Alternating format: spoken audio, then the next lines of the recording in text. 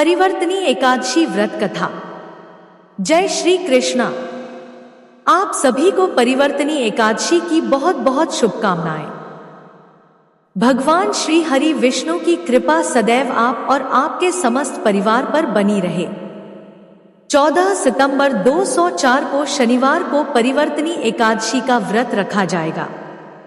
जैसा कि हम सभी जानते हैं, भगवान श्री हरि विष्णु चातुर्मास के इन 4 महीनों में योग निद्रा की अवस्था में क्षीर सागर में विराजमान रहते हैं। ऐसी पौराणिक मान्यता है कि इन 4 महीनों के बीच में परिवर्तनी एकादशी के दिन भगवान श्री हरि विष्णु करवट बदलते हैं। इसी कारण इस एकादशी का नाम परिवर्तनी एकादशी है। आज के दिन भगवान विष्णु के वामन अवतार की पूजा की जाती है। भगवान विष्णु के वामन अवतार अर्थात बोने रूप की पूजा से वाजपेयी यज्ञ के समान पुण्य फल प्राप्त होता है और समस्त प्रकार के पाप नष्ट हो जाते हैं। कुछ व्यक्ति इसे वामन एकादशी या वामनी एकादशी भी कहते हैं। यह एकादशी वामन जयंती के अगले दिन मनाई जाती है, यानी भाद्रपद मास की शुक्ल पक्ष की द्वादशी तिथि को। इस दिन भी भगवान श्री हरि विष्णु के वामन अवतार की विधि विधान से पूजा अर्चना की जाती है। दोस्तों, आज की वीडियो में आप सुनेंगे परिवर्तनी एकादशी या वामन एकादशी पद्मा एकादशी की कथा। इसके साथ ही संपूर्ण रूप से पूजा विधि और पारण के शुभ मुहूर्त की जानकारी भी आपको इस वीडियो में दी जाएगी, तो वीडियो को अंत तक जरूर देखिए।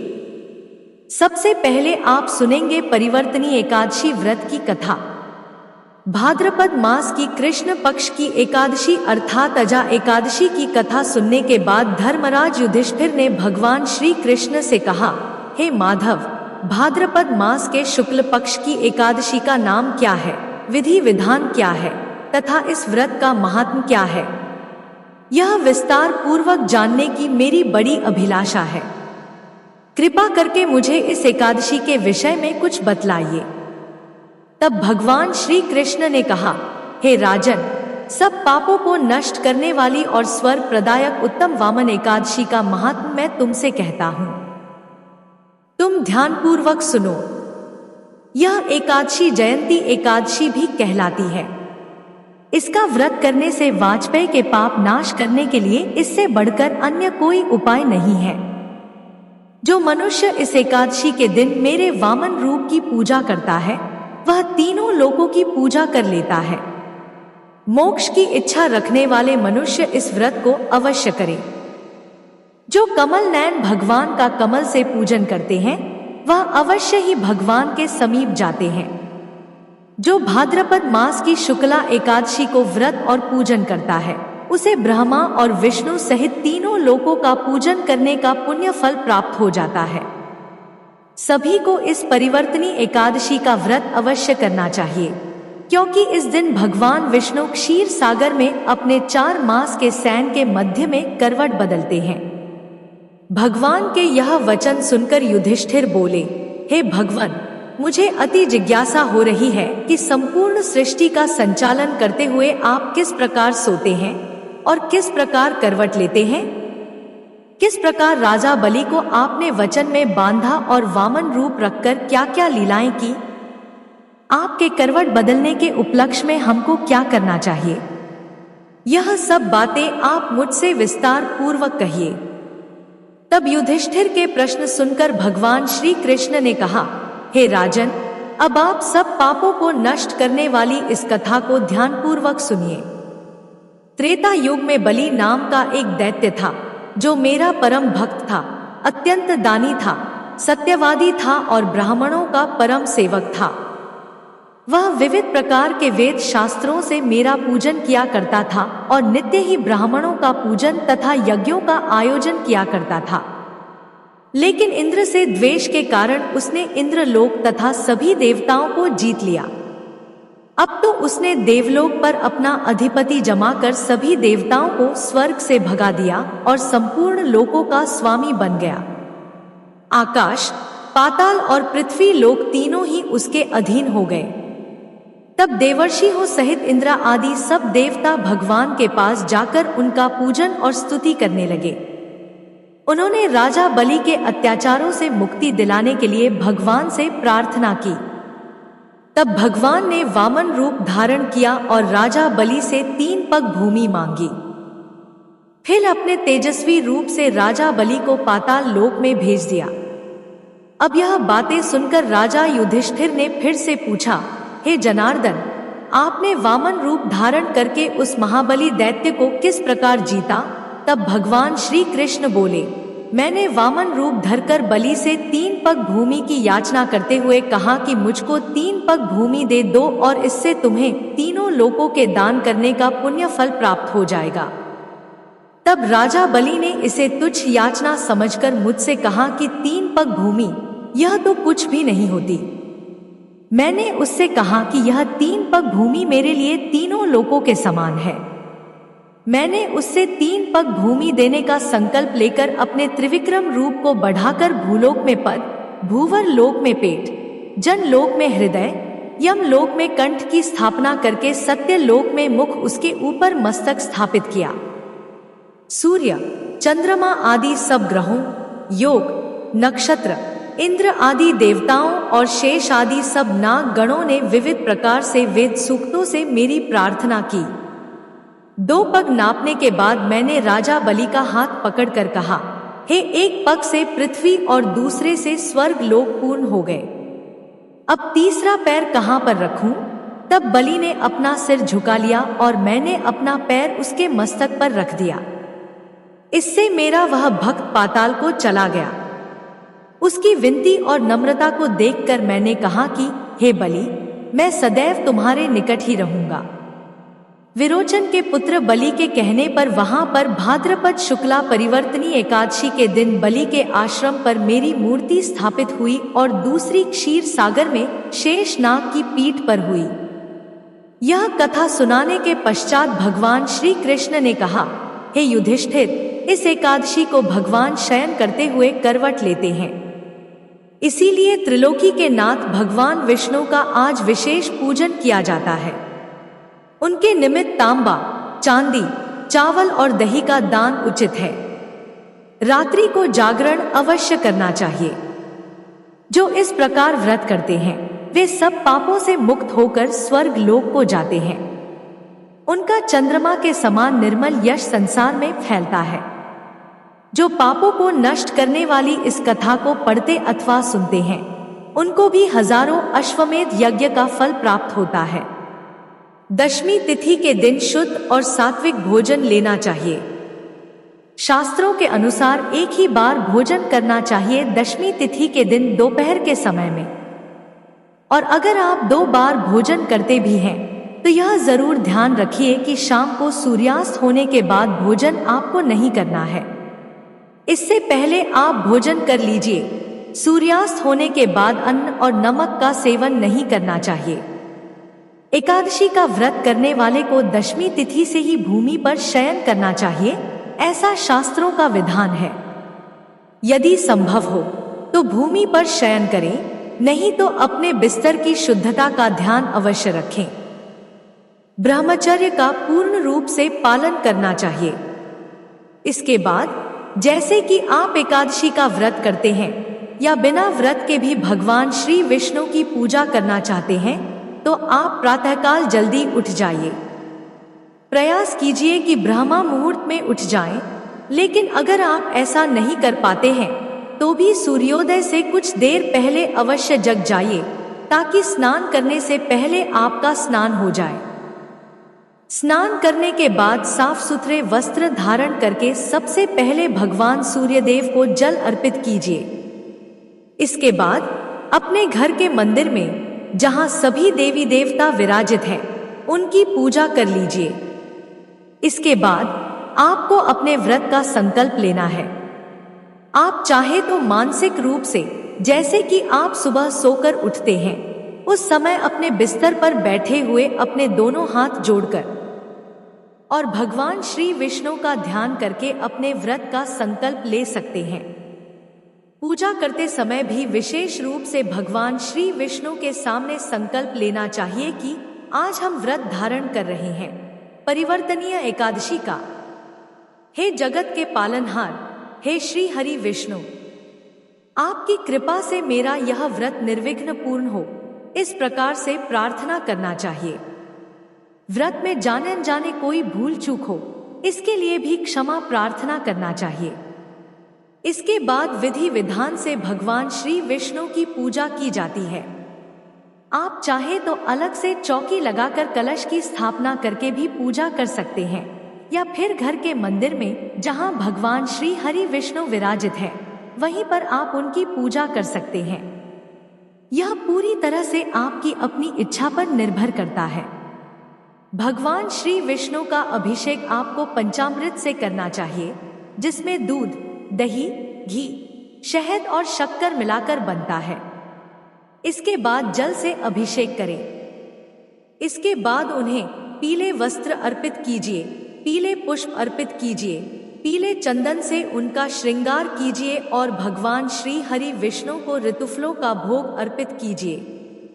इसके अलावा आप सफेद मिठाई जैसे कि दूध से बनी मिठाइयों का भोग भी लगा सकते हैं। सुबह की पूजा अपने समय के अनुसार संक्षिप्त रूप से की जा सकती है, यानी पंचोपचार विधि से भी की जा सकती है। धूप, दीप, पुष्प आदि अर्पित करके पूजा करते समय मंत्रों का जप करते रहें। पूजा पूर्ण करने के बाद उनकी आरती करें। विशेष पूजा शाम के समय कीजिए। मतलब अगर आपके पास समय हो तो सुबह और शाम दोनों समय पूजा कर सकते हैं, लेकिन अगर सुबह समय नहीं हो तो शाम के समय विशेष पूजा रखें, क्योंकि वैसे भी एकादशी की रात्रि में हम जागरण करते हैं। आपसे जितना समय हो सकेगा आप रात्रि में जागकर भगवान के मंत्रों का या फिर जो भी विशेष पूजा करना चाहते हैं कर सकते हैं। सुबह की पूजा करने के बाद आप फलाहार कर सकते हैं, चाहे तो जलाहार भी कर सकते हैं या फिर निर्जल भी व्रत धारण कर सकते हैं। वैसे अपनी शारीरिक क्षमता का ध्यान रखते हुए ही आपको व्रत करना चाहिए। इस व्रत को आप फलाहार के द्वारा जैसे कि फल, जूस, फलों का रस, दूध आदि लेकर फलाहार और जलाहार के द्वारा धारण कर सकते हैं। एकादशी के दिन शाम की पूजा बहुत विशेष होती है। शाम के समय सूर्यास्त होने से पहले प्रदोष काल में स्नान कर लीजिए। इसके बाद अपने घर के मंदिर में शुद्ध घी का एक दीपक प्रज्वलित कीजिए और वहीं बैठकर भगवान श्री हरि विष्णु के मंत्रों का जप कीजिए। इस समय आप भगवान श्री विष्णु के किसी भी मंत्र का जप कर सकते हैं, जैसे कि ओम नमो भगवते वासुदेवाय नमः या ओम विष्णवे नमः। यदि आपने गुरु दीक्षा ले रखी है तो गुरु मंत्र का अधिक से अधिक संख्या में जप कर सकते हैं। भगवत गीता का पाठ एकादशी तिथि के दिन जरूर करें। जितना भी आपसे हो सके अवश्य करें। आप चाहे तो विष्णु सहस्त्र नाम का पाठ भी कर सकते हैं। अगर आप कर्ज से परेशान हैं या किसी भी प्रकार के बंधन से परेशान हैं तो आपको गजेंद्र मोक्ष का पाठ जरूर करना चाहिए। पूरे दिन और पूरी रात हरे कृष्ण कृष्ण कृष्ण हरे हरे, हरे राम राम राम हरे हरे यह महामंत्र जपते रहें। यदि संभव हो तो एकादशी की रात्रि में अखंड दीपक प्रज्वलित करें। ऐसी मान्यता है कि अखंड दीपक प्रज्वलित करने से एकादशी व्रत के दौरान जो भी जाने अनजाने गलतियां हो जाती हैं उनका प्रायश्चित हो जाता है और इस व्रत का संपूर्ण फल फिर हमें प्राप्त होता है। इसलिए प्रयास कीजिए कि आप अखंड दीपक अवश्य प्रज्वलित करें। बहुत से भक्त हैं जो पूरे 24 घंटे दीपक जलित रखते हैं। अगर आप इतना नहीं कर पाते हैं तो शाम को यानी रात्रि में जरूर जला दीजिए। रात्रि जागरण का विधान शास्त्रों में बताया गया है, लेकिन अगर हम पूरी रात्रि नहीं जाग पाते हैं, जो कि किसी के लिए भी संभव नहीं होता, तो कुछ देर जागते हैं और बाद में सो जाते हैं। अगर हम अखंड दीपक प्रज्वलित करते हैं तो इससे हमारा रात्रि जागरण का फल प्राप्त होता है। यदि आपकी कोई विशेष मनोकामना हो तो उसे मन में धारण करके भगवान श्री विष्णु से प्रार्थना करें। आप हर एकादशी पर अखंड दीपक प्रज्वलित कर सकते हैं। यदि आप 11 एकादशी पर लगातार अखंड दीपक प्रज्वलित करते हैं और एक ही मनोकामना हर बार कहते हैं, तो आपकी मनोकामना भगवान श्री विष्णु की कृपा से अवश्य पूर्ण होती है। इस उपाय को करने के लिए व्रत करना आवश्यक नहीं है। आप बिना व्रत के भी यह उपाय कर सकते हैं, यानी भगवान श्री विष्णु की पूजा करने के लिए, दान करने के लिए और एकादशी के दिन उपाय करने के लिए व्रत धारण करना आवश्यक नहीं है। आप बिना व्रत के भी भगवान श्री विष्णु की पूजा आराधना करके इस व्रत का लाभ ले सकते हैं। लेकिन एक और बात का आपको ध्यान रखना है। अगर आप व्रत नहीं भी कर रहे हैं, तब भी आपका भोजन सात्विक होना चाहिए। मतलब लहसुन, प्याज, मांस, मदिरा का सेवन आपको नहीं करना है। एकादशी के दिन चावल ग्रहण नहीं करना चाहिए। किसी की भी निंदा नहीं करनी चाहिए, किसी की चुगली नहीं करनी चाहिए, अपशब्द किसी को भी नहीं बोलना चाहिए और क्रोध तो भूलकर भी नहीं करना चाहिए। यदि आप इन बातों का ध्यान रखते हैं, तो बिना व्रत के भी आपको एकादशी व्रत का फल मिलता है। जो भक्त व्रत भी करते हैं, उन्हें भी इन सभी बातों का ध्यान रखना चाहिए। अपने व्यवहार और आचार को अवश्य शुद्ध रखें। ऐसा नहीं होना चाहिए कि हम व्रत कर रहे हैं, लेकिन उसके बाद भी क्रोध कर रहे हैं, अपशब्द कह रहे हैं या किसी की निंदा या चुगली कर रहे हैं, तो हमारे किए गए व्रत का हमें कोई फल नहीं मिलता। उल्टे हम पाप के भागी बन जाते हैं। एकादशी का व्रत नियम और संयम का व्रत होता है। जितना अधिक हम नियमों का पालन करते हैं, उतना ही अधिक हमें इसका फल मिलता है। एकादशी का व्रत करने के बाद अगले दिन द्वादशी तिथि में हम व्रत का पारण करते हैं। द्वादशी तिथि के दिन भी प्रातःकाल जल्दी उठना चाहिए। उठकर नित्य कर्मों से निवृत्त होकर स्नान कर लीजिए। फिर साफ सुथरे वस्त्र धारण करके पहले भगवान सूर्यदेव को जल अर्पित कीजिए। इसके बाद अपने घर के मंदिर में भगवान श्री विष्णु की विधि विधान से पूजा कर लीजिए। इसके बाद आप किसी ब्राह्मण को घर बुलाकर भोजन करा सकते हैं या फिर ब्राह्मण के निमित्त दान की सामग्री निकालकर, दक्षिणा इत्यादि निकालकर शुभ मुहूर्त में जो भी सात्विक भोजन बनाते हैं, उसे पहले भगवान को अर्पित कर दीजिए। फिर उसी भोजन में से आप गाय को दीजिए। चींटियों के लिए कुछ निकाल दीजिए और पक्षियों के लिए आप छोटा सा टुकड़ा अपनी छत या बालकनी में डाल सकते हैं। इस प्रकार से कुछ जीवों को भोजन कराने के बाद आप स्वयं भी भोजन कर सकते हैं। अब जानते हैं कि एकादशी की तिथि कब प्रारंभ हो रही है, कब समाप्त हो रही है और व्रत हमें कब धारण करना है। देखिए, एकादशी तिथि प्रारंभ हो जाएगी 13 सितंबर को रात्रि में 10:30 पर और समाप्त हो रही है 14 सितंबर को रात्रि में 8:41 पर। सूर्योदय कालीन तिथि के अनुसार 14 सितंबर 2024 शनिवार के दिन परिवर्तनीय एकादशी का व्रत रखा जाएगा। 14 सितंबर को सूर्योदय का समय रहेगा सुबह 6:10 पर और सूर्यास्त का समय रहेगा शाम को 6:02 पर। राहु काल का समय रहेगा सुबह 9:19 से सुबह 10:51 तक। जैसा कि आप सभी जानते हैं, राहु काल में किसी भी प्रकार का शुभ कार्य नहीं किया जाता। अभिजीत मुहूर्त की बात करें तो यह रहेगा सुबह 11:57 से दोपहर में 12:46 तक। इस समय में आप कोई भी शुभ कार्य कर सकते हैं। एकादशी में हम ब्रह्मा मुहूर्त में स्नान करते हैं, तो ब्रह्मा मुहूर्त का समय रहेगा सुबह 4:30 से सुबह 5:30 तक। एकादशी के दिन बहुत ही शुभ योग हमें प्राप्त हो रहा है, सर्वार्थ सिद्धि योग का। यह योग 14 सितंबर 2024 को यानी शनिवार के दिन रात्रि में 8:03 पर प्रारंभ होगा और समाप्त होगा 15 सितंबर को सुबह 6:01 पर।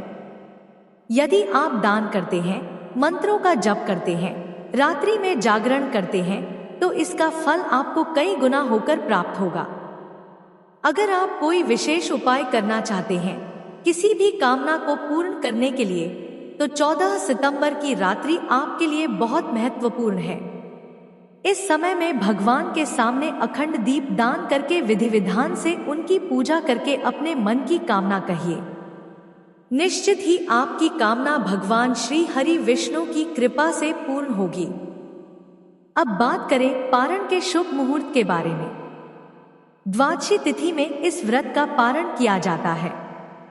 14 सितंबर 2024 को रात्रि में 8:41 पर द्वादशी तिथि प्रारंभ हो रही है और समाप्त होगी 15 सितंबर को शाम को 6:01 पर। पारण करने का शुभ मुहूर्त सुबह 6:01 से सुबह 8:04 तक है। इसी शुभ मुहूर्त में आपको अपना व्रत खोलना है। ध्यान रखें, व्रत का पारण अगर आप शुभ मुहूर्त में नहीं करते हैं तो आपके व्रत का संपूर्ण फल आपको प्राप्त नहीं होता। इसलिए पारण के शुभ मुहूर्त का ध्यान अवश्य रखें। यह थी आज की कथा। अगर आपको अच्छी लगी हो तो वीडियो को लाइक करें, कमेंट बॉक्स में राधे राधे लिखकर इस वीडियो को ज्यादा से ज्यादा लोगों तक शेयर जरूर कीजिएगा।